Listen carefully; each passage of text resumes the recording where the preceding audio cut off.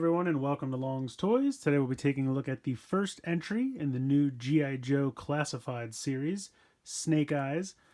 This is the first G.I. Joe 6-inch action figure by Hasbro, very similar to their Star Wars Black series, Marvel Legends series, things like that, all the different 6-inch figures that they do. They really kicked it off right, I have to say. This thing is pretty crazy. It comes in this really beautiful, ornate packaging. You can see it says G.I. Joe Classified Series there. It has kind of this whole, like, Japanese mural thing going on in the background. It's really, really pretty, but it looks even better on the inside. This is actually just kind of like a cardboard slip cover. So if we kind of go ahead and pull this out of here and put this off to the side, you know how Hasbro loves their crazy amounts of packaging. And it's kind of hard to see because of the way it's kind of inlaid, but you can see there with the light. It's like embossed, I guess. I don't know how to quite properly describe it, but it's really, really beautiful. Right here on the side, it says Snake Eyes in katakana, which is actually pretty cool. And this box is not like a typical cardboard box. It's like a waxy finish. It kind of reminds me of like a high-end board game or something like that. That's kind of what this box reminds me of. But if we go ahead and open this up, and it's actually a little difficult because it's actually pretty snug. So let's see if we can get this off of here.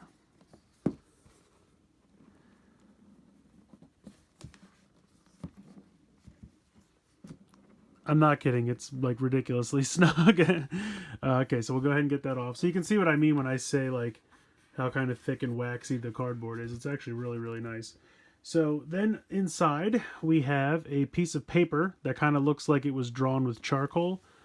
Let me see if I can get this off of here. So this is again just that same kind of mural. It says Snake Eyes here in katakana. That's really cool. I like that quite a bit. The back there is blank, but very, very cool. Really like that quite a bit. Move that off to the side, and then inside here, you can see we have the Snake Eyes figure in its normal packaging, and then you have all these extra accessories. You have a ton of extra weapons. It looks like you have kind of a staff or maybe two spears put together like a lance, two little axe, two sai. This might be like a whip weapon. Looks like maybe, I'm not sure what these are. They kind of look like two little like scythes or like reaper. I don't quite know exactly what they would be called. Then you have another sword, and then you have this kind of like backdrop with the Japanese mural on the front, and then I think it holds weapons on the back. So that's actually really cool. But you can see it's all just inlaid to this nice foam. Like they just went all out with this packaging. They really, really did. So I'm excited. I'm going to go ahead and get this stuff out of here. I'll probably take everything out and put it on the mural thing, and then I'll show you the box before I actually open the box. So we'll go to that next. Alright, so here is the box for the Snake Eyes figure individually. You can see G.I. Joe Classified Series Snake Eyes. Now it seems like there's not going to be a uniform style of packaging, and it could be because this guy is actually 00, as you can see here. Because obviously this is a special set. It's not going to be part of the main line. I think when we looked at, or when we saw the other ones at Toy Fair, there was Roadblock, Scarlet, and Duke, and they were numbers 2, 3, and 4. So if this guy is 00, that means there's a number 1 that's unaccounted for. So I think somebody said, or I've seen people theorize online, I should say, I don't think this has been confirmed by Hasbro at all, but I think number 1, at least most people think, will be some standard issue version of Snake Eyes. Probably be a little bit different.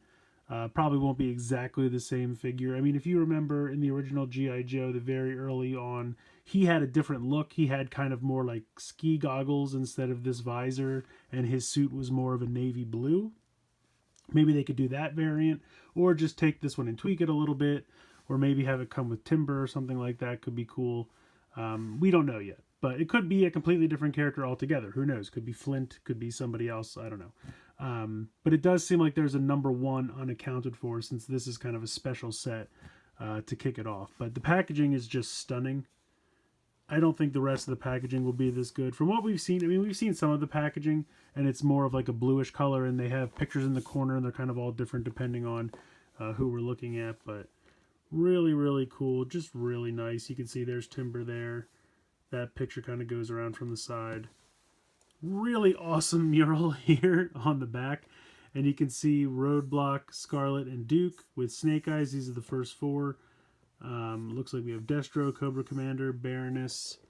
I'm guessing that's maybe Storm Shadow, or one of them is probably Storm Shadow. That is Gung Ho, I think. I don't remember exactly. I don't know Joe as well as I know Transformers, I'll be honest. I think that's Gung Ho. And then there's somebody up here. I guess maybe these are troopers or something. They seem kind of like nondescript guys with masks. So I don't know. I don't know if that's a hint of what's to come in the line, or if that's just a cool mural. I don't know. Again, over here you have Snake Eyes and Katakana, and then you have the 00 there. So really, really, very, very cool. Absolutely love this packaging. It's outstanding. Taking a look at this thing real quick, you can see the really nice mural. I'll try not to spill everything over here, but I think that's pretty cool. I like that a lot. And that's not paint, that's just a different kind of plastic inlaid. And it looks like mine's a little messy right in that spot. I might be able to clean that off. I'll have to take a look at that. But either way, it looks really cool. You have the two dogs on the side, and then when you spin it around, you have storage for all those weapons that were just kind of like packed into the foam. I'll be honest, I knock them off all the time. That's why I said I'll try to do this without spilling them. But you get two axes. I'm not quite sure what this weapon is. I thought maybe it was a whip, but it looks like it's just kind of like a long-handled bladed weapon, similar to a spear maybe. You have two sai, you have a sword here, and then you have those two little scythe-type weapons, and then you have the one long spear down here. So really cool storage for all the weapons. I like that. It looks absolutely fantastic. I love the inclusion of this little thing. But let's go ahead, let's get Snake Eyes out of this box so we can take a closer look. So this guy's pretty amazing. I have to be honest. He looks great. The accessories he comes with are fantastic. I really, really can't complain here. I don't even know where to start. I mean, first of all, the head sculpt looks great. That visor is classic, distinctive. Looks amazing. He has the sword you can put on his back. Sword, of course, comes out of the sheath. No problem. The other thing that's kind of nice is if you take this off, this piece here, this bandolier, is a little loose, but because the the back and the bandolier both have peg holes, when you put that sword on, you can kind of peg it in place. He also comes with a backpack, another accessory that you can peg onto his back here. It has the same peg hole. You just line these two up. So you can peg that right in. I mean, it's cool that he comes with a backpack, but I mean, come on, if you have a katana to peg on his back, why would you bother with the backpack? I mean, let's be honest. And that just pegs right in there, and it looks great. I mean, you can peg it in either way. If you prefer him to have it over his left shoulder, you can. I just prefer the right shoulder, so that's what I'm going with. But looks absolutely fantastic. You can see the machine gun that he comes with. He's got a pistol here that can fit into this holster on his leg. Now you can see that there's another spot right here, and it's for this. I'm thinking this is some kind of grenade or something. At first I thought maybe it was a stock for one of the guns, but it doesn't peg in anywhere. But it does slide into this little component right here. So I didn't know quite what that is. I apologize. It's probably... I really kept... like I said, I thought it connected to one of the guns, but I'm assuming it must be like an explosive of some kind. That's the best guess I have. But you can see that you can pop that right through there. And then, of course, he's got a little knife over here on this side that you can peg right in there, or fits into the holster, I should say. But yeah, he looks great. I can't get over it. He really, really looks good. Articulation, you have some spinning at the base of the neck, as you can see, as well as a ball joint at the base of the head, I should say. You have a butterfly joint there in the shoulder. You have a normal up and down shoulder movement as well as a spin. You have a bicep swivel, double jointed elbow. You have the hand spin. I believe he's also got a joint there. Let me double check. Actually, no, he's got to, I would think. You know what, I'll just take the hand out. You should be able to pop these out. There we go. Yes, he does. Okay, so it's just not the way I expected it to be. See, it's this way as opposed to I thought it was going to be perpendicular to that, so not a big deal. But this is another hand. He can hold either a gun or a sword. He also comes with a hand holding a shuriken, which is fantastic. I love that. He also comes with like a karate chop hand for the other hand. Now he's got something in his palm. I'm not quite sure what's going on there, but you can put that in the, you can use it for the right hand. I'm just going to put this hand back in, but they just pop out and then you just pop them right back in. There you go. He's got that typical ab crunch that we see in a lot of these kinds of figures, as well as a spin at the waist. He's got kick forward with the leg out to the side. You just kind of have to move that. You can move that holster around. It just kind of swivels around the leg here, as you can see. It's just kind of loose on there, so you can move that around as needed. So swivel that back. But you can kick out to the side, kick front. Can't really go too much to the back because of the butt flap. But you do have a thigh swivel as well, double jointed knees. You have a boot swivel. You have normal ankle articulation and then some side to side movement as well.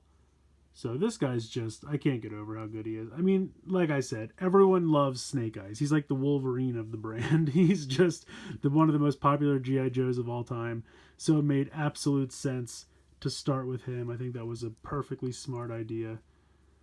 Let's see if we can go ahead and put the sword in this hand, maybe.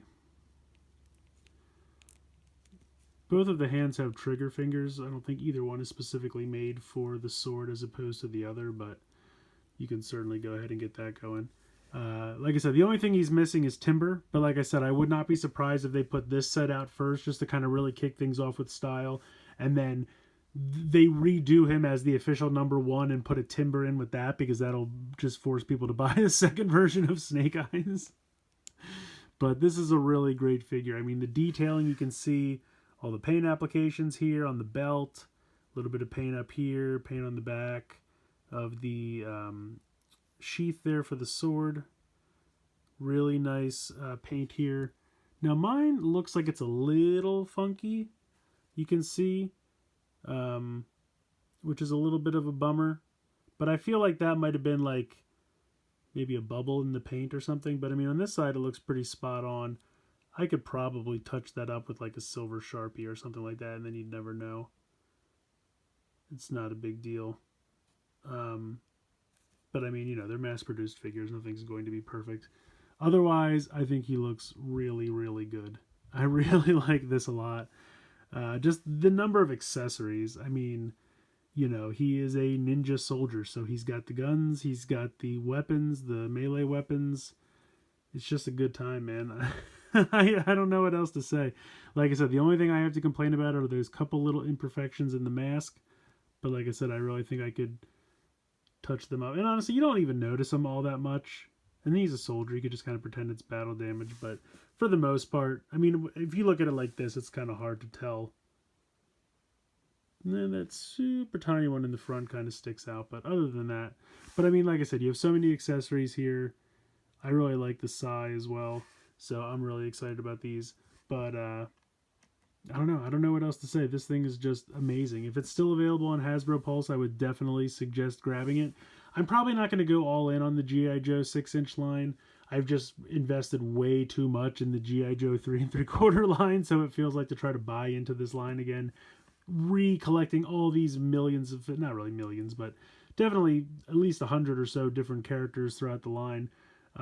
To try, I mean, I don't know how long it's going to go on, but to try to collect them all at 6 inches, probably not going to do that. But I knew Snake Eyes was one I definitely had to get, and I'll probably pick and choose a couple as I go through, as the new offerings become available. But even to casual Joe fans and diehard Joe fans, obviously, you're going to want this figure. I think this is, if there's a poster child for G.I. Joe, I think it is Snake Eyes, and this is a beautiful 6-inch figure, and it gives me a lot of hope and there's a lot of potential for the future of this line. So we'll have to see what comes down the pike.